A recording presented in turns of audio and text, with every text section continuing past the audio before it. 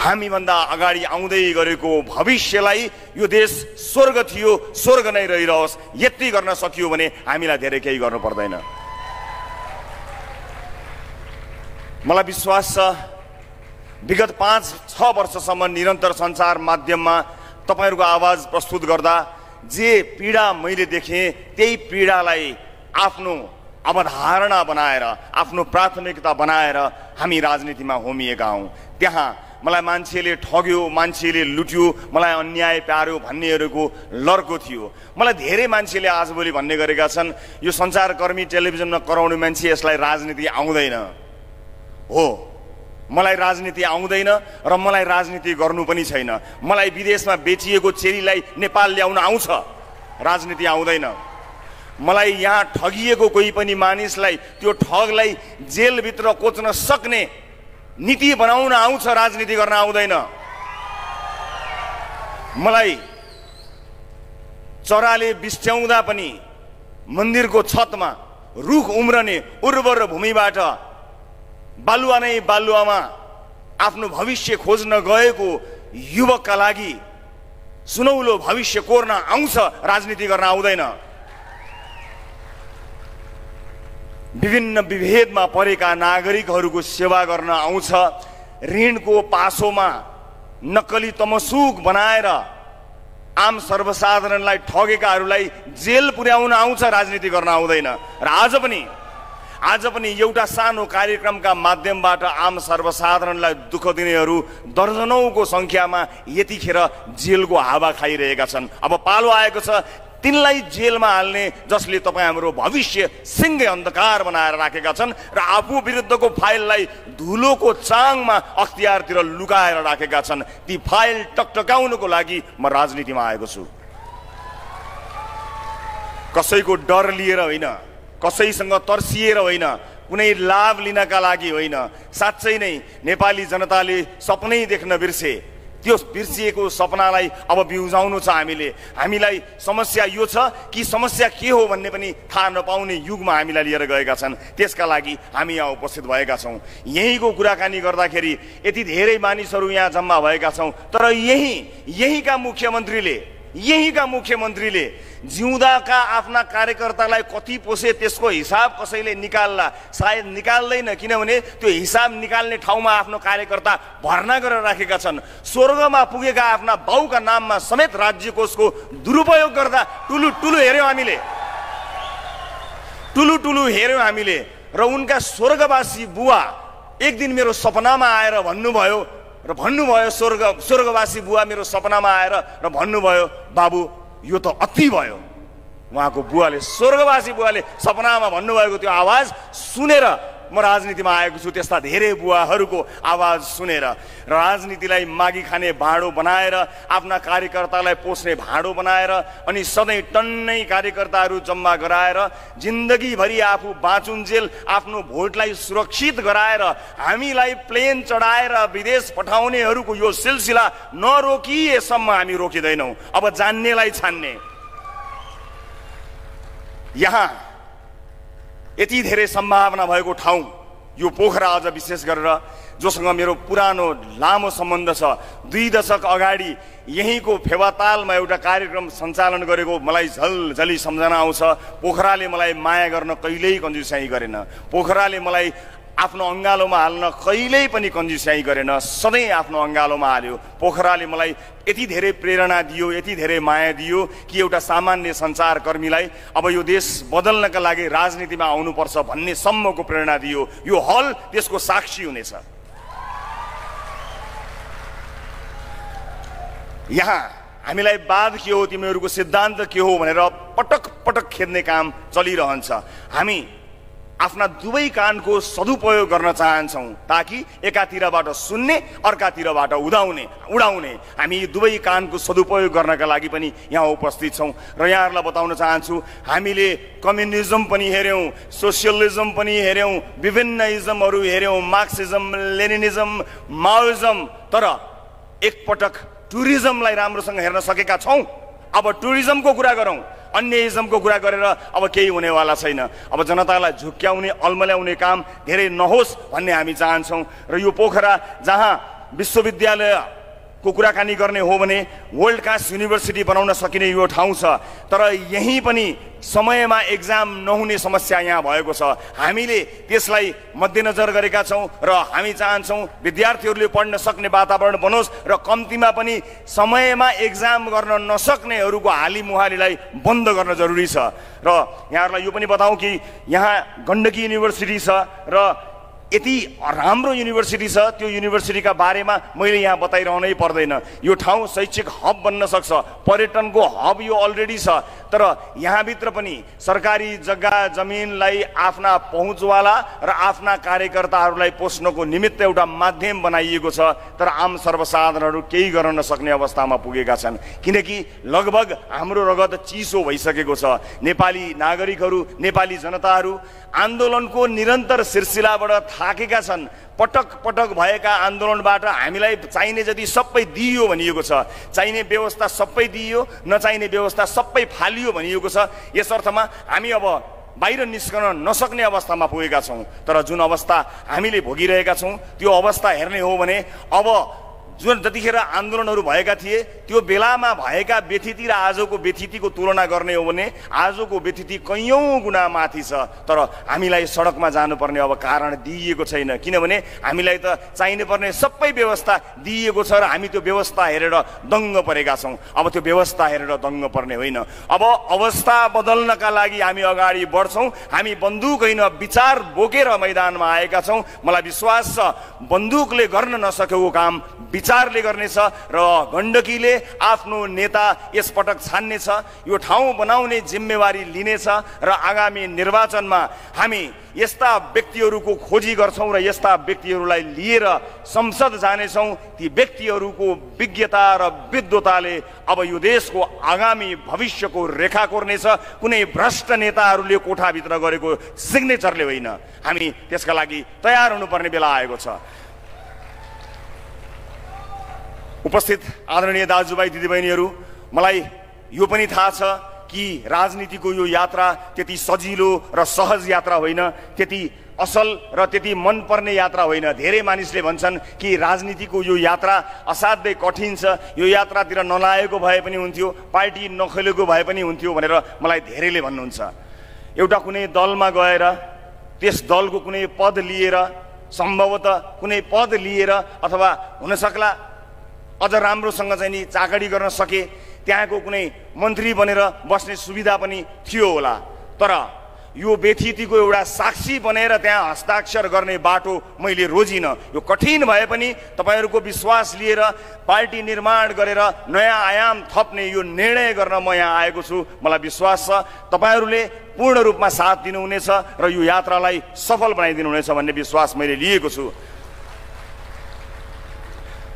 विशेष गरेर मुगलिन पोखरा 4 लेनको बाटोको कुराकानी गरिरहँदा हामीले सधैँ भोगेको यो समस्या, तर तपाईँ हामीले सधैँ भोगेको यो समस्या देखेर पनि नदेखे चाहिँ गर्ने नेतृत्वलाई अब हामीले हटाएर यसलाई देखाइदिनुपर्छ कि कसरी सजिलै गुणस्तरीय निर्माण गर्न सकिन्छ भनेर। त्यसैले हामीले हाम्रो कागज मार्फत लिखितम रूपमा एक पाने घोषणा सहित भनेका छौँ कि विकास निर्माणको काम जब हामी सुरु गर्छौँ तोकिएकै समयमा पुरा गर्छौँ, तोकिएको गुणस्तरमा पुरा गर्छौँ, नगर्नेका लागि दिन गन्तीका आधारमा हिसाब गरेर तिराउँछौँ, छिटो गर्नेलाई पुरस्कृत गर्छौँ। अब ठुलो ठुलो हेरेर बस्दैनौँ।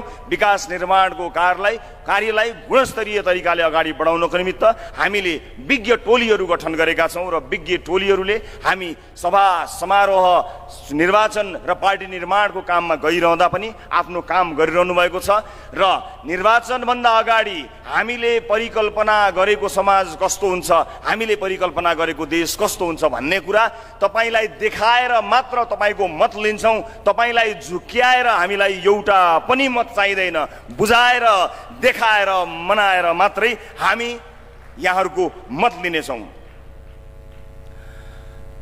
धेरै प्रश्नहरू आइरहन्छ हामीलाई संघीयताका विषयमा, शासकीय स्वरूपका विषयमा, यो फेर्नुपर्छ यो फाल्नुपर्छ भन्ने विषयमा। तपाईँहरूलाई म के जानकारी गराउन चाहन्छु भने कुनै पनि विषय यदि प्रक्रियाभन्दा बाहिर गएर जनमत मात्र प्राप्त गर्ने हिसाबले ल्याइयो कुरा गरियो, भोट मात्र कमाउने हिसाबले गरियो भने त्यो आम सर्वसाधारणको भोटको अनादर हुन्छ। राष्ट्रिय स्वतन्त्र पार्टी झ्यालबाट जस्केलाबाट आउने सोच राख्ने पार्टी होइन। हामीले डिजिटल डेमोक्रेसीको अभ्यास सुरु गरेका छौँ। यो 21औं शताब्दीको दल हो। यो 21औं शताब्दीको दलमा हामी तपाईसँग डिजिटल डेमोक्रेसीको माध्यमबाट तपाईसँग जोडिनेछौँ र हामी यस्ता मुद्दाहरूलाई तपाईहरू समक्ष राख्नेछौँ। यदि तपाईहरूको बहुमतले यी र यस्ता मुद्दामा यदि चाहिँदैन, हुँदैन अथवा चाहिन्छ हो भन्छ भने हामी जनताको आवाज सुन्छौँ। जनताको आवाज एकातिर, नेताको आवाज अर्कोतिर हुन सक्दैन। यसर्थमा हामी हाम्रै मञ्चमा, हाम्रै प्लेटफर्ममा, हाम्रै पार्टीमा तपाईहरूको आवाज सुन्न चाहन्छौँ। यसर्थ भर्खरै सुरु भएको यो पार्टीले आफ्नो सदस्यता विस्तारको काम सुरु गरेको छ।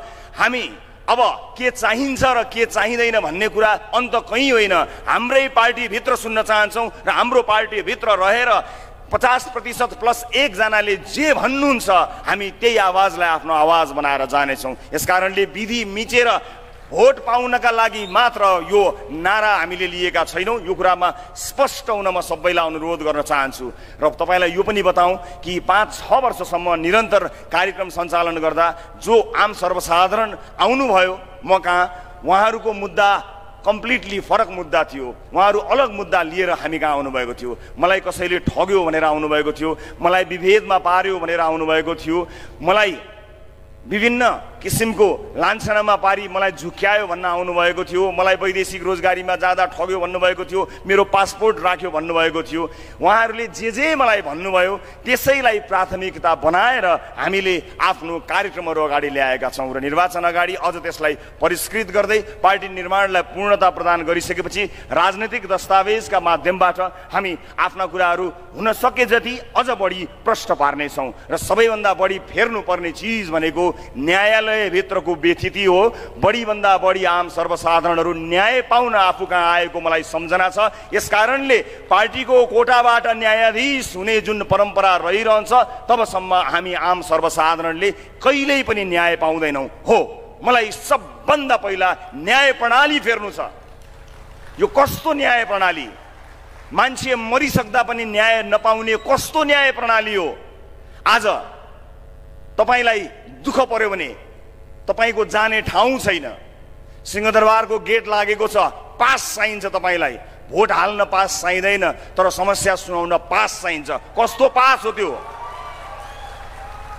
हामी जनतालाई पास चाहिने, जनताको गुनासो सुन्नका लागि पर्खाल लाग्ने त्यस्ता पर्खालहरू भत्काएर जनतालाई 24 घण्टा सेवा दिने त्यस्तो एउटा संयन्त्रको निर्माण गर्नेछौँ जहाँ स्वदेशमा मात्र होइन विदेशमा रहेका आपतमा परेका नेपालीहरूले पनि 24 घण्टा आफ्नो सेवा पाउनेछन्, आफ्नो समस्या राख्न पाउनेछन्। त्यस्तो संयन्त्रको हामीले विचार गरेका छौँ र हामीले अहिले सशस्त्र प्रहरी बललाई सीमा सुरक्षामा खटाउने अवधारणा ल्याएका छौँ। हाम्रा सीमाहरू सुरक्षित छैनन्, हाम्रा पिल्लरहरू फालिएका छन्। के हाम्रा सुरक्षाकर्मीहरू कुनै उच्च पदस्थ भिभिआइपीको भान्सामा खाना पकाउनका लागि राज्यको तलब सुविधा लिएका हुन्? होइनन्। तिनलाई सिमानामा खडा गर्नु हाम्रो दायित्व हुनेछ। हामीले त्यो अवधारणा ल्याएका छौँ। हामीले ल्याएको अवधारणामा यो देशको सबैभन्दा ठुलो हिस्सा, बजेटको सबैभन्दा ठुलो हिस्सा शिक्षा प्रणालीमा हुनेछ।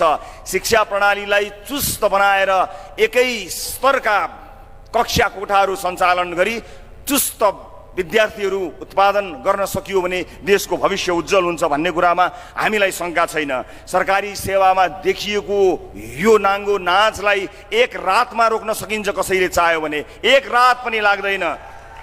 आज कुनै पनि सरकारी सेवामा सेवा लिन जाँदाखेरि सेवाग्राहीले भोग्नु परेको शास्ति हाम्रो प्रमुख समस्या हो। आज मैले चुनौतीका साथ टेलिभिजनको स्क्रिनबाट पनि भनेको थिएँ र यहीँबाट पनि भन्न चाहन्छु, एउटा त्यस्तो मान्छे देखियोस् यहाँ, कम्तीमा त्यसले यातायात र मालपोत मात्र ठिक गरेर देखाइदियोस् मलाई। यातायात र मालपोत यो देशको सम्पूर्ण संयन्त्र लगाओस् र मलाई मात्र यातायात र मालपोत ठिक गरेर कसैले देखाइदियोस्। मलाई राजनीतिमा आउनु थिएन। मैले बारम्बार टेलिभिजनबाट चुनौती दिएँ। यो देशको राष्ट्र बैङ्कको सम्पूर्ण ढुकुटी लगाइयोस् र यो देशका मालपोत र यातायात ठिक गरेर देखाइयोस् मैले भने ठिक गर्न सकेनन्। सुन्दै नसुन्ने मात्र होइन, अब जति कराए पनि यो कराइरहन्छ, जनताहरूको गुनासो सुनेर के फाइदा हुन्छ र भनेर निरन्तर आसेपासे पोस्ने क्रम जब रोकिएन, त्यसपछि लाग्यो अब यो प्रश्न सोध्ने सजिलो काम अब धेरै लामो समय गर्नु छैन। अब प्रश्न सोध्ने कामबाट मैले सन्यास लिएर आएको छु, बिदा लिएर आएको छु। अब म प्रश्न सोध्ने होइन, जवाफ दिने ठाउँमा पुग्नेछु। र यो मञ्चमा उभिएर म तपाईलाई यति चाहिँ भन्न सक्छु कि प्रश्न सोध्ने ठाउँबाट जवाफ दिने ठाउँमा जाँदैछु। जवाफ दिने मात्र होइन, समाधान सहितको जवाफ दिने बाचा म आज यहाँहरू समक्ष गर्न चाहन्छु। यो मञ्चमा बसेर यो देशका दिग्गजभन्दा दिग्गज नेताहरूले धेरै भाषणहरू दिनुभयो होला, धेरै कुराहरू तपाईँले सुन्नुभयो होला। यो मञ्चमा उभिएर भन्ने कुराहरू धेरै मानिसहरूले भनिसके होलान्। तपाईँका कानभित्र ती शब्दहरू नयाँ नलाग्लान्। म अर्को नयाँ नेता बनेर यहाँ उभिएको पनि हुन सक्दछु। यी शब्दहरू तपाईँले पहिल्यै सुनिसकेका, सुनेर पनि नपत्याएका, वाक्क भएका शब्दहरू हुन सक्दछन्। तर म तपाईलाई यो बाचा गर्न आएको छु कि आफूले बोलेका हरेक चिजको तपाईहरूले खबरदारी गर्नु हुनेछ भन्ने सोच बनाएर हामीले पार्टी निर्माण गरेका छौँ। हाम्रो राजनीतिक दलमा, हाम्रो पार्टीमा विश्वास गर्नुहुने, हाम्रो सदस्यता लिनुहुने जति पनि सदस्य साथीहरू हुनुहुन्छ उहाँहरूलाई मैले निरन्तर अनुरोध गर्दै आएको छु कि तपाईँ आउनुभयो, खुसी लाग्यो, राम्रो भयो, सही हुन्छ, गजब हुन्छ भन्ने जस्ता शब्दहरू हामी निरन्तर सुन्ने गर्दछौँ। अब हामीलाई त्यस्ता शब्द होइन, यो गलत भयो, यहाँ सही गर्नु भएन, यहाँ खबरदार हुनुहोला भनेर खबरदारी गर्नु होला। हाम्रो तारिफ अब होइन, हामीलाई खबरदारी गर्नु होला। तपाईँको खबरदारीले मात्रै हामीले हाम्रो यात्रालाई तय गर्न सक्नेछौँ। ठुला ठुला नेताहरूका ठुला ठुला भाषणहरू हामीले नसुनेका होइनन्। अब ती ठुला ठुला भाषण गर्नुहुने नेताहरूलाई म भन्न चाहन्छु, अब तपाईँहरू आराम गर्नुहोस्। आफू हिँड्दा पनि 2 जना 4 जना 5 जना 6 जना मान्छेहरूले हात समाइदिएर हिँड्नुपर्ने यो दिन तपाईँले दुःख गर्नु परेन भो। अब यो देशको चिन्ता तपाईँ नगर्नुहोस् भो। तपाईँको चिन्ताले यो देश कहाँ पुग्यो भन्ने कुरा हामीले देखिसक्यौँ। छेउको श्रीलङ्का पुग्ने नजिकमा सङ्घारमा छौँ भनेर तपाईँ नै भन्दै हुनुहुन्छ भो। अब यो तपाईँको वृद्ध शरीरबाट हामी यो देशलाई श्रीलङ्कातर्फ लान चाहँदैनौँ। तपाईँ आराम गर्नुहोस्, तपाईँ बालकोटमै बस्नुहोस्। बरु तपाईँसँग सल्लाह लिन म आफै बालकोट जाउँला, सिंहदरबार मलाई जान दिनुहोस्। बा बालकोटमै बसौँ, बाले बालकोटमै आराम गरौँ। बाका भिजनहरू, बाका सपनाहरू पुरा गर्ने जिम्मेवारी हाम्रो पुस्तालाई दिउँ। सिंहदरबार नजानुहोस्, म बालकोट आउँछु। ती सपनाहरू पुरा गर्नु छ भने सल्लाह लिनका लागि अनुभवी राजनीतिज्ञहरूको सल्लाह हामीलाई चाहिन्छ। अब उहाँहरूलाई आराम दिएर हामी अगाडि बढ्नुपर्नेछ र त्यो प्रतिबद्धता र त्यो आँट सहित हामी यहाँहरू समक्ष आएका छौँ। केही युवा नेताहरू हुनुहुन्छ जो अब युवा पनि रहनु भएन, अझै पनि उहाँहरू आफ्नो दलभित्र होइन, सञ्चार माध्यममा म प्रधानमन्त्री हुन्छु भनेर हिँड्नु भएको छ। यदि प्रधानमन्त्री हुने इच्छा समयमै भिजन हुँदै, उमेर हुँदै, जोस हुँदै, जाँगर हुँदै प्रधानमन्त्री बन्नु छ भने अब तपाईँको छनौटको पार्टी त राष्ट्रिय स्वतन्त्र पार्टी हुनुपर्छ, किनकि राष्ट्रिय स्वतन्त्र पार्टी मात्रै हो। यदि कुनै युवालाई पार्टीको सभापति हुनु छ र यो देशको प्रधानमन्त्री हुनु छ भने उसको चोइस, उसको छनौट अब राष्ट्रिय स्वतन्त्र पार्टी मात्रै हो, अर्को कुनै पार्टी छैन।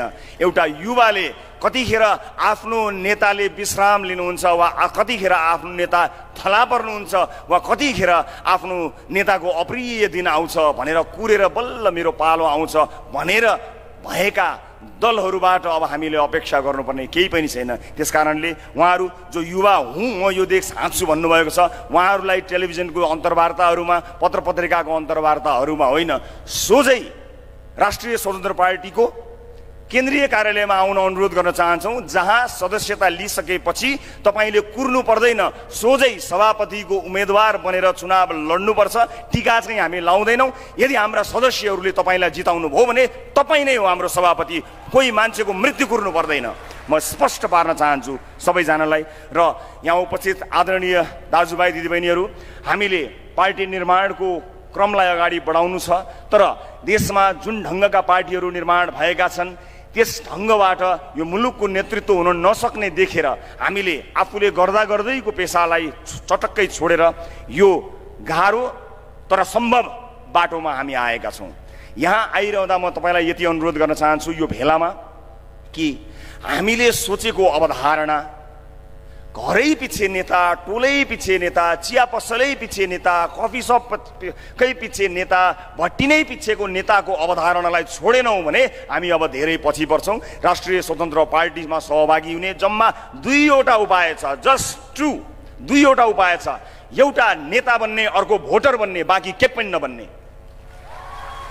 5 वर्षमा एकपटक गएर भोट हाल्ने, विद्यार्थीहरूले पढ्ने, श्रमिकहरूले काम गर्ने, किसानहरू खेतमै रहने, शिक्षकहरू पढाउन जाने, पेसा र व्यवसाय गर्ने मानिसहरू आफ्नो पेसा र व्यवसायमा रहने, त्यसपछि बाँकी जसलाई नेतृत्व गर्न मन छ त्यसले हाम्रा विभिन्न समितिहरूमा बसेर, जम्मा 5वटा समिति मात्र बनाएका छौँ हामीले केन्द्रदेखि वडासम्म, ती समितिहरूमा बसेर नेतृत्व गर्न चाहनुहुन्छ भने ती समितिमा आउनुहोस् र नेतृत्व गर्नुहोस्। तर विभिन्न भातृ सङ्गठनहरू खडा गरेर देशका महत्त्वपूर्ण ठाउँहरूको जागिर मिलाइदिने जुन परम्परा छ त्यसलाई जरैबाट उखेल्नको निमित्त हामीले जम्मा यही अवधारणा ल्याएका छौँ कि अब घरै पछिको नेता स्वीकार्य छैन।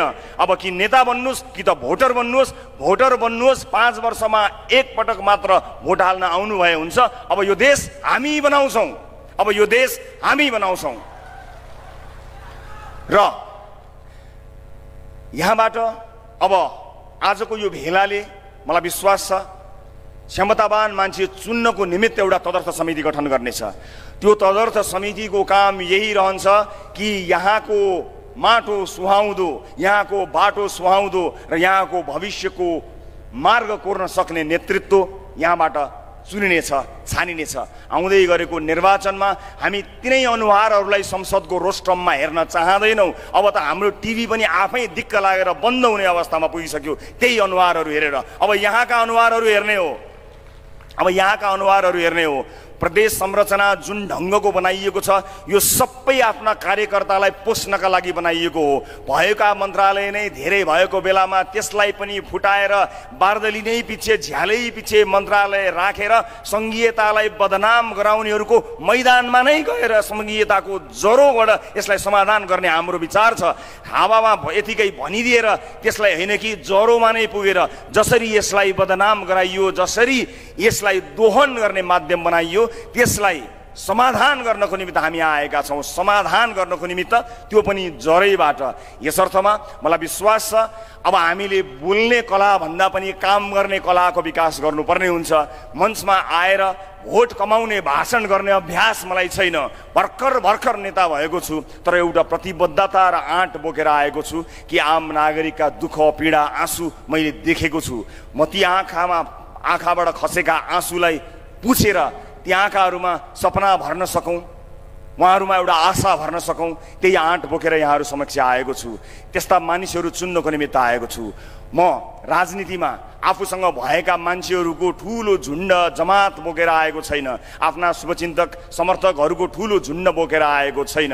म त यत्तिकै केही साथीहरूसँग आँट लिएर आएको छु जहाँबाट यहाँहरू सबैलाई ल्याउन सकियोस्, जोड्न सकियोस्। आफ्ना व्यक्तिहरू, आफ्ना परिवारका मान्छेहरूलाई साथमा लिएर आएको छैन। म खाली हात एउटा हृदय बोकेर आएको छु, राष्ट्रप्रेम छातीमा बोकेर आएको छु कि यो देश सधैँ यस्तै रहन सक्दैन, यो त अति भयो, यसलाई रोक्नुपर्छ भनेर आएको छु। मलाई विश्वास छ यो हृदय र यहाँभित्र रहेको इमान्दारी तपाईको हृदयसम्म पुग्नेछ र त्यसले काम गर्नेछ र तपाईका छाउमा रहेका इमान्दार राष्ट्रप्रेमी मानिसहरू, भिजनरी मानिसहरू अब देखा पर्नेछन् र घण्टी चुनाव चिन्ह लिएर उनीहरू भ्रष्टाचारीहरूको दिमागमा घण्टी बजाउनको निमित्त संसदमा छिर्नेछन्। त्यो दिन धेरै टाढा छैन। मैले आज त्यो दिन देखिरहेको छु। यो रोस्ट्रम संसदको रोस्ट्रम बन्न अब धेरै समय छैन।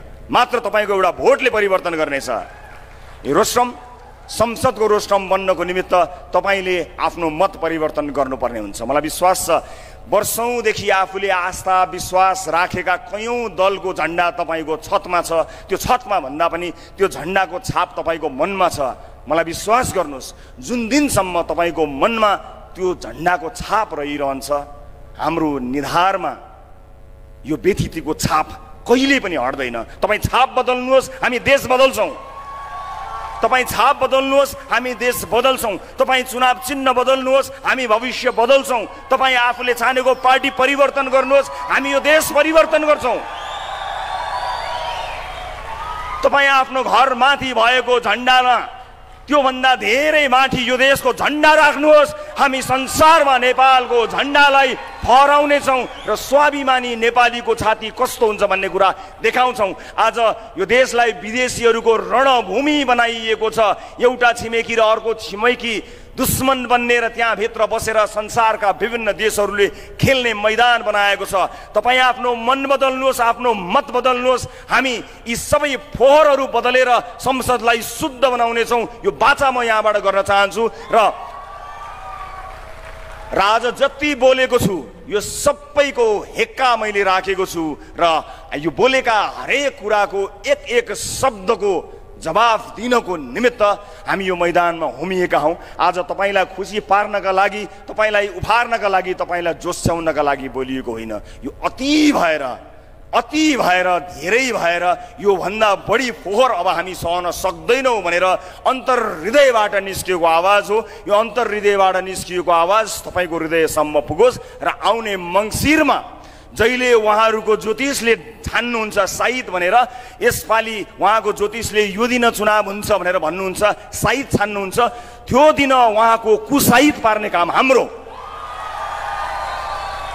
ज्योतिष उहाँले देखाउनुहुनेछ, ज्योतिषी उहाँको हुनेछ, भाग्य तपाईँ र मेरो बदल्नेछ, यो देशको बदल्नेछ। ज्योतिष उहाँको हुनेछ तर भाग्य हाम्रो लेखिनेछ। यसपटक पनि उहाँले ज्योतिषलाई देखाउनुहुनेछ, ज्योतिषीलाई देखाउनुहुनेछ, भाग्य देखाउनुहुनेछ। सबै ग्रहहरूलाई शान्त राख्नुहुनेछ तर ती सबै ग्रहहरूले तपाईँ र हाम्रा लागि काम गर्नेछन् र यसपटक यो देश बदलिनेछ, यसको सुरुवात हुनेछ। म यो मङ्सिरको चुनावको तीव्र प्रतीक्षामा छु। तपाईँको भोट त्यो गोप्य मतदान हो, तर त्यो गोप्य मतदान भए पनि तपाईँका आँखाहरूमा घन्टी चिन्हमा लागेको छाप र तपाईँको आँखामा आशाको दियो देखिरहेको छु। बस यो दियो निभ्न नदिनु होला, यो दियोलाई निभ्न नदिनु होला। बालिरहनु होला, हुरी आउन सक्छ, आँधी आउन सक्छ। अब हाम्रा विरुद्ध सम्पूर्ण शक्तिहरू लागेर बदनाम गराउन सकिन्छ। मलाई यसमा अभ्यास भइसकेको छ, मैले यसको अभ्यास गरिसकेको छु, मलाई यो पचिसकेको छ। जुन देशमा मानिसहरू कोरोना कालमा छटपटाएर अक्सिजन लिएर हिँड्दा त बदनाम गराउँछन् भने यी कति तलसम्म जान सक्छन् भन्ने अन्दाज मलाई छ। दुर्गम कालीकोटमा सुत्केरी आमाहरू डोकोमा जानु पर्दा बाटोमा मृत्यु हुन्थ्यो, बाटोमा बच्चाहरू जन्मन्थे। आज त्यो अस्पतालमा दैनिक 50-60 जना मान्छेले उपचार पाइरहेका छन्। त्यस्तो ठाउँमा अस्पताल बनाउँदा त अनेक लान्छना लगाउनेहरूले यो चुनावमा यत्रो ठुलो हुल देखेपछि के मात्र गर्दैनन् होला। म तयार छु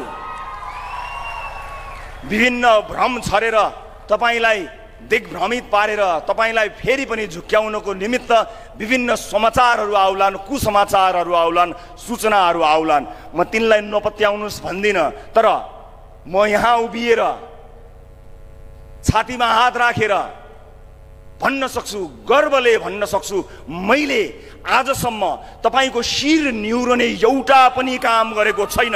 म गर्दिनँ पनि। भन्नेले के भने, बनाउनेले के बनाए त्यो मलाई याद छैन, तर मलाई यति थाहा छ कि अब यो देश बनाउनु पर्नेछ। त्यसका लागि हामी मैदानमा उभिएका छौँ। हो, फेरि पनि भन्छु, मलाई राजनीति गर्न आउँदैन, तर मलाई दुर्गममा अस्पताल बनाउन आउँछ। मलाई राजनीति गर्न आउँदैन, तर बाढीले बगाएको बस्ती बनाउन आउँछ। मलाई राजनीति गर्न आउँदैन, तर यदि कुनै देशमा महामारी फैलियो अथवा कुनै समस्या पर्यो भने जनताको दुःख सुखमा सँगै उभिएर काँधमा काँध मिलाएर उनको दुःख बाँड्न, साट्न र केही लिन र त्यसलाई समाधान गर्न आउँछ। समस्या परेका नागरिकहरूसँग खडा हुन आउँछ। विदेशमा अलपत्र परेका दाजुभाइ दिदीबहिनीहरूलाई स्वदेशमा ल्याउन आउँछ। राजनीति आउँदैन। यति जानेर यदि विदेशमा भएका नागरिकलाई सेवा दिन जानेर अलपत्र परेकी चेलीलाई बचाएर बगेको बस्तीहरूलाई फेरि बनाइदिएर दुर्गममा अस्पताल बनाइदिएर युवाहरूको आवाजमा आवाज मिलाइदिएर विभिन्न विभेदमा परेका नागरिकको पक्षमा उभिएर राजनीति हुन्छ भने मलाई यो राजनीति स्वीकार्य छ। यदि होइन भने मलाई राजनीति आउँदैन। नजानेको राजनीति गरेर आज अब हामी यो देशको राजनीति फेर्न आएका छौँ। तर आम चुनावमा टुक्रा टाक्री परेका 5-5वटा दल 6-6वटा दल मिलेर एक भएर त्यसरी जनतामा जानु भनेको ठगी हो। यस्तो ठगीलाई नेपाली जनताले अनुमोदन गर्नु हुँदैन। एक्लै आउनुपर्छ राजनीतिक दल। हामीलाई जान्नु छैन। राज्यको ढुकुटी लुटेर आफन्त र कार्यकर्तालाई पोस्ने राजनीति हामी बाँचुन्जेल गर्दैनौँ, कहिले पनि गर्दैनौँ। म यो बाचा यहाँहरू समक्ष गर्न चाहन्छु। नेसनल आइडी राष्ट्रिय परिचय पत्र बनाउनको निमित्त रातभर कुन देशमा बस्नुपर्छ? नागरिकलाई एउटा नागरिक परिचय पत्र, नेसनल आइडी राष्ट्रिय परिचय पत्र दिनका लागि राजनीति सिक्नु पर्छ भने म जिन्दगीभरि त्यो राजनीति सिक्दिन।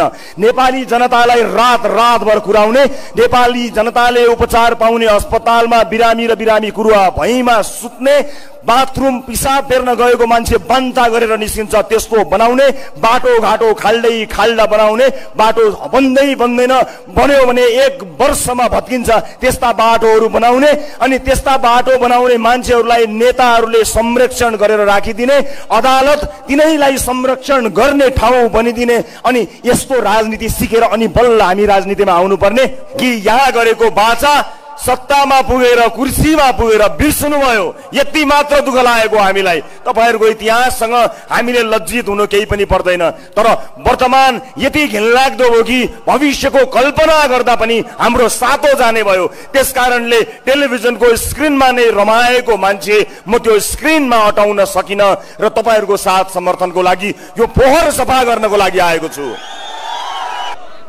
मैले लाज नपचेका नकचराहरूलाई भनेको थिएँ।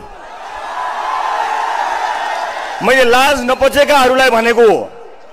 तर लाज नपचेकाहरूले आफ्नो लाज अझै पनि नपचाई व्यथितिलाई निरन्तरता प्रदान गरे। मैले लाज नपचेको भनेर यसै भनेको होइन। टेलिभिजनमा सभ्य शिष्ट मिठो कर्णप्रिय आवाज र 2-4 शब्द नजानेको मान्छे म होइन, त्यति ठुलो विद्वान त होइन, तर मिठा चिल्ला कुरा गरेर दङ्ग पार्न नजान्ने पनि होइन।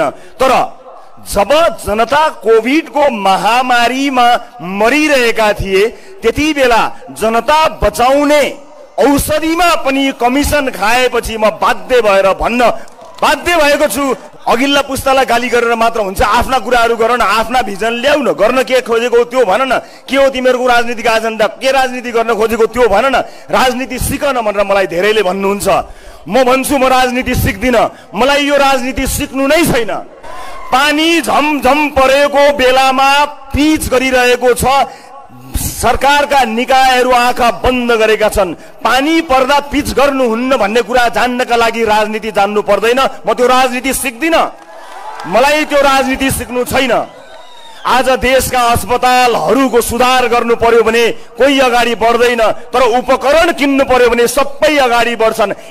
एक मान्छेलाई थाहा छ कि यो देशलाई कंगाल एक ककसले गरेका छन्। थाहा पाउँदै पनि कोही पनि बोल्दैन, कोही चुक्क बोल्दैन। बाहरू भएका छन्, बाहरूलाई सम्मान गर्ने मान्छेहरू छन्, बाहरू अगाडि बढ्दैनन्। तर अब समय परिवर्तन भएको छ। पछाडि बा भएका 3 बा, केपी बा, देउबा, नानीका बा, पछाडि बा भएकाहरूलाई ससम्मान विदा गरौँ कि बोलेर होइन लेखेर भनेका छन् कि यसो गर्छौं भनेर। अनि हरेक चुनावमा जनतालाई लेखेर भनेका छन्, लेखेर लिखितम रूपमा कि यो गर्छौं। जनतालाई लेखेर गरिएको छ बाचा। विभिन्न उम्मेदवारहरूले हरेक ठाउँमा भाषणहरूमा गएर बोलेर बाचा गरेका छन्, बोलेका छन्। ती बोलीहरू त्यही छन्। टेलिभिजन, पत्र पत्रिका, अनलाइन सबतिर गएर बोलेर बाचा गरिएको छ। ल छोडिदिनुहोस् यी बाचाहरू पनि। एउटा दलले गरेको, कुनै अमुक दलले गर्यो, एउटा कुनै दलभित्रको नेताले गर्यो, जोसमा बोल्यो, होसमा बोल्यो, खाएर बोल्यो, जे खाएर बोल्यो, केही नखाएर बोल्यो, छोडिदिनुहोस्, त्यो पनि कुरा भएन। हामीले हेर्ने नेपालको संविधान हो। यो देशको संविधानले लेखेरै हामीलाई बाचा गरेको छ कि नागरिकको स्वास्थ्य यस्तो हुनुपर्छ, नागरिकको शिक्षा यस्तो हुनुपर्छ, नागरिकको सुरक्षा यस्तो हुनुपर्छ, महिलाको सुरक्षा यस्तो हो, बालबालिकाको स्वास्थ्य र सुरक्षा यस्तो हो, पूर्वाधारहरू यसरी बन्नु पर्दछ, समाजमा मानवाधिकारको अवस्था यो हुनुपर्दछ, हरेक छोरीहरू सुरक्षित हुनुपर्दछ भनेर नेपालको संविधानले तपाईँ हामीलाई लेखेर बाचा गरेको छ। हो, राष्ट्रिय स्वतन्त्र पार्टी कुनै दलका कुनै मान्छेले गरेको बाचाको हिसाबहरू नमाग्ला, तर संविधानले लेखेर भनेको कुराको रक्षा गर्नको लागि कोही न कोही चाहिने भएको छ। हामीलाई दलको घोषणा पत्रमा अब विश्वास भएन, हाम्रो पनि विश्वास नगर्नुस्, केही छैन। तर नेपालको संविधानले विभिन्न कालखण्डमा मानिसले रगत बगाएर ल्याइएको नेपालको संविधानले लिखितम रूपमा एउटा बाचा गरेको छ। हो, त्यही बाचा पूरा गर्न जान्दछौँ भनेर हामी राजनीतिमा आएका हौँ। अरू राजनीति नजाने पनि त्यति बाचा पूरा गर्नका लागि हामी राजनीतिमा आएका छौँ र मलाई विश्वास छ हामी यो राजनीतिक यात्रामा राजनीति नजान्दा नजान्दै जनसरोकारका विषयहरूलाई साथ लिएर अगाडि जानेछौँ। अब यहाँ के राजनीति सिकौँ हामीले, जहाँ शहरमा एउटा सडकमा बत्ती बलेको चिज राष्ट्रिय समाचार बन्छ। हामी त्यति दरिद्र भयौँ, आज सडकमा एउटा बत्ती बल्यो भने, एउटा ट्राफिक लाइट बल्दा राष्ट्रिय समाचार बन्ने गरी दरिद्र बनाइएको छ हामीलाई। अनि नयाँ पुस्ताले तपाईहरूबाट भएन भन्दा राजनीति सिकेर आऊ, तिमीहरूको दर्शन के हो भनेर भनिएको छ। एउटा भ्रष्टाचारी समाउनु पर्यो भने ठाउँ ठाउँको जग हल्लिन्छ, कानुनका छिद्राहरूभित्र छिरेर न्यायालयसम्म पहुँच भएका मान्छेहरूले 2 मिनेट मात्र समय पाएछन् भने अदालत पुगेर त्यो व्यतिथिलाई निरन्तरता दिनेछन्। त्यो अनि धेरैले नायक भन्ने चलचित्र हेरेको हुनाले अहिले भएको क्रियाकलापलाई तिनै नायकका अनिल कपुरसँग पनि तुलना गरिरहेका छन्। हो, त्यस्तै थियो। तर अनिल कपुर त देखिएको थियो, अनिल कपुरसँगै मलाई लागिरहेको थियो अमरीश पुरी चाहिँ को होला। अब त अमरीश पुरीहरू पनि देखिन थाले, अब त अमरीश पुरीहरू पनि देखिन थालेका छन्। यस अर्थमा यो एउटा संकेत हो कि यदि राजनीतिक दलभित्र आफ्ना मान्छेलाई पोस्नु छैन भने, एउटा इमानदार मान्छे कार्यकारी भयो भने त्यसले धेरै परिवर्तन गर्न सक्छ। त्यो जनाउका लागि मैले यो उदाहरण दिनु परेको हो, सिनेमाको उदाहरण। यसलाई बौद्धिक वर्गले अति असाध्यै सानो, त्यति धेरै महत्त्वको रूपमा नलेला, तर म चाहिँ आम मान्छेले बुझ्ने गरी कुरा गर्ने मेरो बानी नै भएको हुनाले ती कुराहरू गर्न चाहन्न जुन आम सर्वसाधारणले बुझ्दैनन्। तपाईले बुझ्ने भाषा बोल्दै टेलिभिजनबाट राजनीतिमा आएको हुनाले तपाईले बुझ्ने भाषामा नै बुझाउन चाहन्छु। हामीले राजनीति कुन अर्थमा अगाडि बढाउने भन्ने कुराको निधो गरिसकेका छौँ। आज राजनीतिक दलका विभिन्न भातृ सङ्गठनहरू राज्य कोषको दोहन गर्ने ठाउँ बनेका छन्। यसलाई बुझेर हामीले राजनीतिमा भातृ सङ्गठनहरूलाई बन्द गरिदियौँ, त्यही भएर हामीलाई राजनीति जानेका छैनन् भनिएको छ।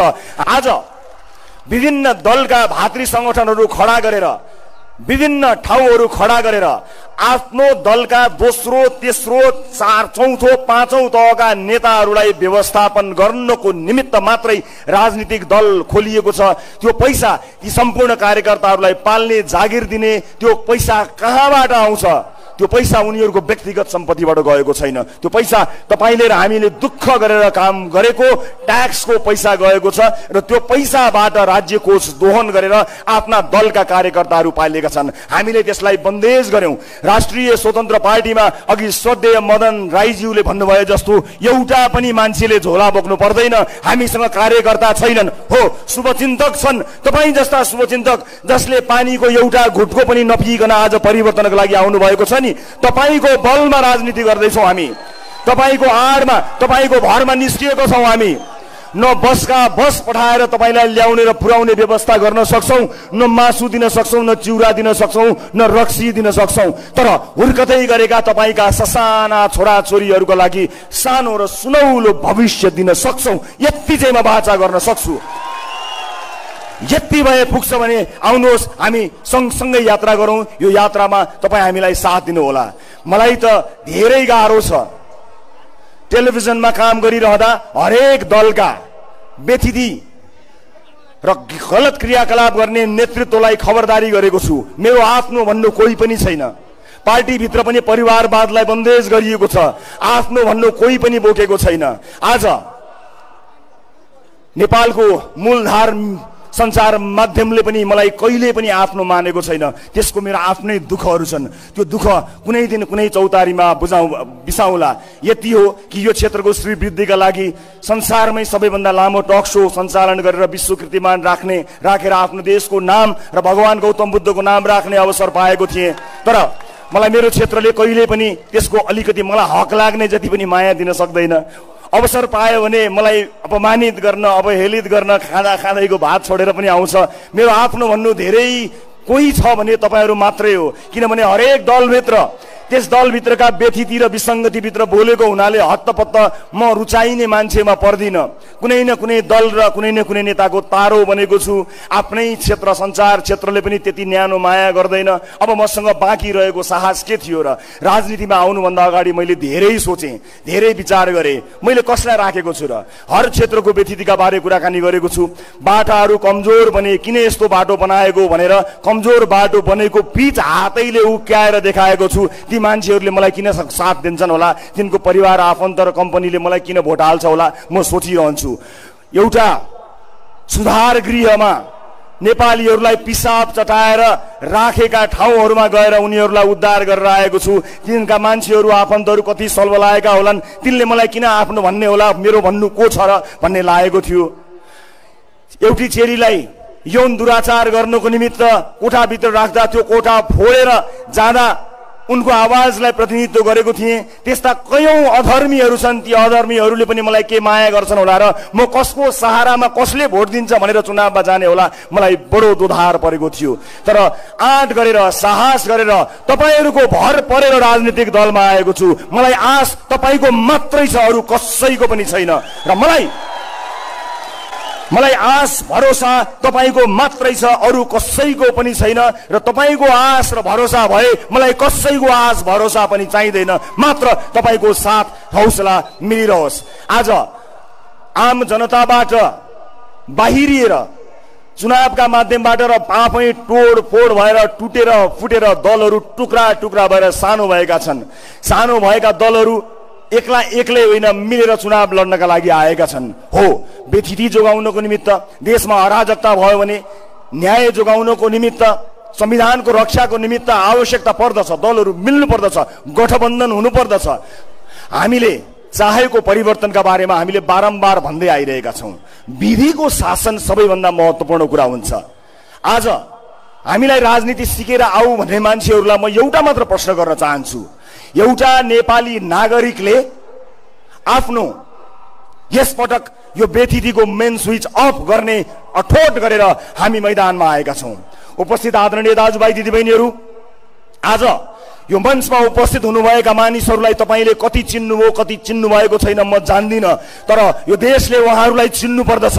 उहाँहरूलाई मात्र होइन, उहाँहरू जस्ता त्यस्ता व्यक्तिहरूलाई चिन्नु पर्दछ जसलाई चिनिसकेपछि मात्र यो देश परिवर्तन हुन सक्छ।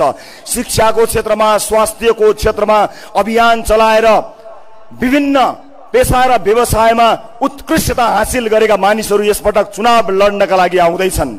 हामीले आफूले चिनेका मान्छेहरूलाई मात्रै टिकट दिएर देशमाथि अन्याय अत्याचार गर्ने बारेमा सपनामा पनि सोचेका छैनौँ। यसर्थमा यहाँ उभिएका मानिसहरूलाई तपाईँले र अब आउन सक्ने सम्भावना भएका मानिसहरूलाई तपाईँहरूले चिन्नुपर्ने हुन्छ। तपाईँले चिन्नु भएन भने आफूले चिन्दै आएका, देख्दै आएका, भोग्दै आएका मानिसहरूलाई निरन्तर भोट हाल्नु भयो भने हाम्रो अभियान सफल हुन सक्दैन। यसर्थमा हामी जनताको सेवा नगर्ने मानिसलाई आफ्नो घण्टी चुनाव चिन्ह दिँदैनौँ। घण्टी चुनाव चिन्ह दिइसकेपछि जिताएर पठाउने जिम्मा तपाईँलाई लगाएका छौँ। यहाँ उपस्थित तपाईँहरू धेरैजना सम्भवतः कुनै न कुनै दलमा विश्वास, सदस्यता या केही आशा लिएर योभन्दा अगाडि बढ्नु भएको हुन सक्दछ। मलाई थाहा छ, स्वाभाविक पनि हो। राजनीतिले गाँजेको समाजमा कुनै न कुनै ढङ्गले राजनीतिमा आबद्ध हुन बाध्य पारिएको छ। एउटा पेशा व्यवसाय गर्ने मान्छेले आफ्नो पेशा व्यवसाय गरेर खान पाउने वातावरण छैन। एउटा राजनीतिक दलको आश्रय लिएन भने उसको उठीवास लाग्छ। एउटा दलको छातामुनि बसेन भने उसको उठीवास लाग्छ। त्यस्तो नहोस् भन्नका लागि हामीले पेशा व्यवसायीहरूलाई हाम्रो दलमा समावेश गरेका छैनौँ। हामीले कुनै भातृ सङ्गठन बनाएका छैनौँ। हामीले पेशा व्यवसाय गर्ने मानिसहरूले आफ्नै पेशा र व्यवसाय गर्न सकुन् भन्ने परिकल्पना गरेका छौं। यो देशका ठूला ठूला व्यापारी व्यवसायीहरू, संसारले चिनेका देशका एकमात्र अर्बपतिहरू समेत राजनीतिक दलमा पुग्न बाध्य भएका छन्। त्यो तिनको रहर होइन, तिनको बाध्यता हो। एउटा मान्छेलाई अर्बपति भइसक्दाखेरि पनि दलको छाता चाहिने कस्तो संस्कार बनायो हामीले सोच्नुपर्ने बेला आएको छ। बाध्य भएर बच्नका लागि त्यहाँ आश्रय लिनुपर्ने अवस्था राजनीतिक दलहरूले पुर्याएका छन्। तर हामीले परिकल्पना गरेको देशमा यो देशका व्यापारी व्यवसायहरूलाई कुनै अमुक दलले संरक्षण गर्ने होइन, राष्ट्रको नीतिले संरक्षण गर्ने हो, सरकारको नीतिले सुरक्षा दिने हो। कुनै दलको छाता मुनि गएर कुनै व्यापारी व्यवसायी विद्यार्थी कुनै पनि पेशाकर्मी लुक्न नपरोस्, हामी त्यस्तो देशको परिकल्पना गरिरहेका छौं। उपस्थित आदरणीय दाजुभाइ दिदीबहिनीहरू, यो मंचमा, यो खुला मञ्चमा आएर परिवर्तनको धेरै ठूलो शंखनाद गरिएको छ। एउटा यस्तो बेला आएको थियो 62-63 मा कि कुनै पनि पेशा व्यवसायमा लागेको मान्छेले आफ्नो पेशा व्यवसाय नभनेर सरासर मैदानमा उभिएको बेला आएको थियो। किनकि व्यथिति यति मौलाएको थियो, परिवर्तन यति जरुरी थियो। न पत्रकार, न लेखक, न कलाकार, न विद्वान, न बुद्धिजीवी, न कृषक, न मजदुर, सबैजना सडकमा उत्रनु पर्ने अवस्था आएको थियो। तर व्यथितिले यसरी जरो गाडेको छ कि अब बेला त्यही आएको छ। हर क्षेत्र, हर वर्गको मान्छेले यसपटक घण्टी बजाउनु पर्ने अवस्था आएको छ। अब त्यो अवस्था आइसकेको हुनाले अब हामी सबैलाई आरामले बस्ने सुविधा छैन। म आज एउटा मन खोलेर एउटा कुरा भन्न चाहन्छु। राजनीतिमा आउने नआउने भन्ने बारे विगत लामो समयदेखि विचार विमर्श गर्दै आएको मान्छे हुँ। यद्यपि राजनीतिबाट मात्र हस्तक्षेप हुन्छ र प्रदेश परिवर्तन गर्न सकिन्छ भन्ने आशयका मेरा 10 वर्ष अगाडिका भिडियोहरू यहाँहरूले युट्युबमा अहिले पनि हेर्न सक्नुहुन्छ होला। त्यो हुटहुटी हिजैदेखि लागिआएको थियो। तर यस बीचमा धेरै मानिसहरूसँग मेरो चर्चा, धेरै मानिसहरूसँग मेरो कुराकानी सरसल्लाह नभएको होइन। आज तपाईले मिल्नुस् जसरी पनि मिल्नुस् भन्ने मान्छेहरूसँग मैले एक पटक होइन, दुई पटक होइन, पटक पटक कसैसँग दर्जनौं पटक बैठक गरेको छु। तर बैठकको निष्कर्ष, मिटिङको निष्कर्ष, भेटघाटको निष्कर्ष एउटै निस्किन्छ कि अर्को भेटघाट कहिले गर्ने। अब म त्यस्तो भेटघाटमा विश्वास राख्दिन। यो दल मेरा लागि, मेरो परिवारका लागि, मेरा साथीका लागि, मेरा सदस्यका लागि होइन, तमाम ती परिवर्तन चाहने नेपालीहरूको लागि हो। जो कोहीका लागि पनि राष्ट्रिय स्वतन्त्र पार्टी खुल्ला रहेको छ, खुल्ला भएर राष्ट्रिय स्वतन्त्र पार्टीमा आउनुहोला। राष्ट्रिय स्वतन्त्र पार्टीको कुनै पनि नेताले कसैलाई पनि टिकट खल्तीबाट दिँदैन। सक्षम मान्छेले प्राइमेरी चुनाव जितेर उम्मेदवार हुन पाउने व्यवस्था छ। आज सदस्यता लिएको साधारण सदस्यले भोलि पार्टीमा मसँग सभापतिमा चुनाव लडेर मलाई हराओस्, म त्यस्तो मान्छेको खोजीमा रहेको छु। आफ्नो कार्यकाललाई 2 कार्यकाल भन्दा लम्ब्याउन नपर्ने व्यवस्था हामीले संविधान, हाम्रो विधानमा बनाएका छौं। हामी कसरी फरक छौं? एउटै हौ तिमीहरू भन्नेहरूलाई हाम्रो प्रश्न यही छ। हामी एउटै होइनौं। आजको युग डिजिटल युग हो। अहिले हामी पार्टी निर्माणको चरणमा छौं र तपाईहरु यति धेरै मानिसहरूलाई एक ठाउँमा हामीले भेला गर्नु परेको हो। अन्यथा हामी अब फिजिकल होइन, डिजिटल भेटघाटमा विश्वास गर्नुपर्दछ भनेर हामीले डिजिटल डेमोक्रेसीको अभ्यास ल्याएका छौं।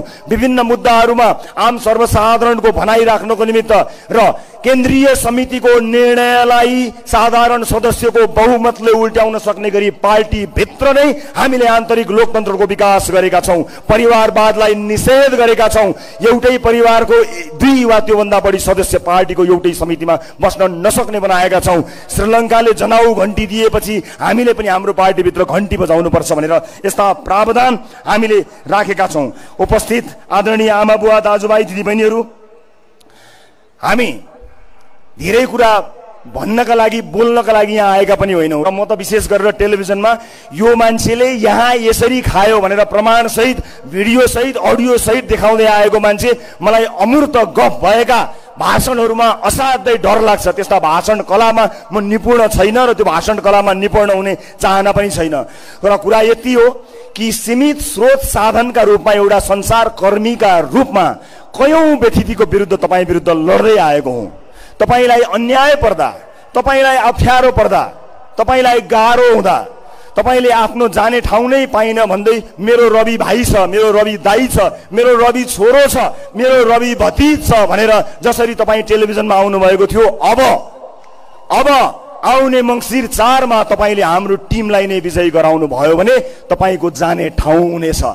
तपाई जाने ठाउँ हुनेछ मात्र होइन, त्यस्ता ठाउँहरूको आवश्यकता नपर्ने गरी 24 घण्टा नागरिकको सेवा गर्ने त्यस्ता केन्द्रहरू स्थापना गरेर हामी तपाईको आँसु पुस्न तपाईको ठाउँमा हुनेछौँ। यो मैले यहाँ उभिएर गरेको वाचा हो, भाषण होइन।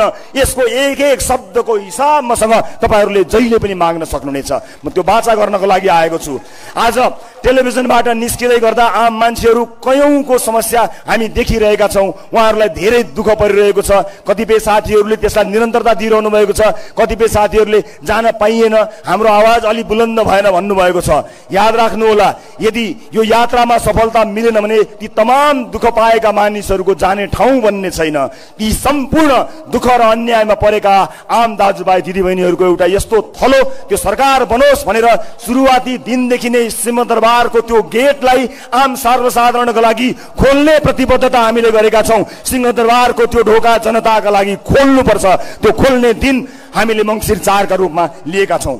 उपस्थित आमा बुवा दाजुभाइ दिदीबहिनीहरू, यो मञ्चमा धेरै आशा बोकेर विभिन्न राजनीतिक दलको आह्वानमा कयौं मानिसहरू आएर जम्मा भएका छन्। आज हामीले सामान्य आह्वान गरेका हौं र त्यो सामान्य आह्वानलाई सिरोपर गरेर तपाईहरू यहाँ उपस्थित भइदिनु भएको छ। यो हाम्रा लागि तपाईले लगाउनु भएको गुण हो, यो ऋण हो। यो ऋणको एक एक पैसा ब्याज सहित असुल गरेर देखाउने वचनबद्धता म यहाँहरू समक्ष व्यक्त गर्न चाहन्छु उपस्थित आमा बुवा दाजुभाइ दिदीबहिनीहरू। र हामीलाई विश्वास छ कि जुन काम यहाँहरूले देखेर हामीलाई माया गर्नुभयो, हौसला दिनुभयो र तिमीहरू विकल्प हुन सक्दछौ, राजनीतिको व्यथितिलाई चिर्न सक्दछौ भन्नुभएको छ। त्यहाँ मलाई मान्छेले ठग्यो, मान्छेले लुट्यो, मलाई अन्याय पार्यो भन्नेहरूको लड्को थियो। मलाई धेरै मान्छेले आजभोलि भन्ने गरेका छन्, यो सञ्चारकर्मी टेलिभिजनमा कराउने मान्छे, यसलाई राजनीति आउँदैन।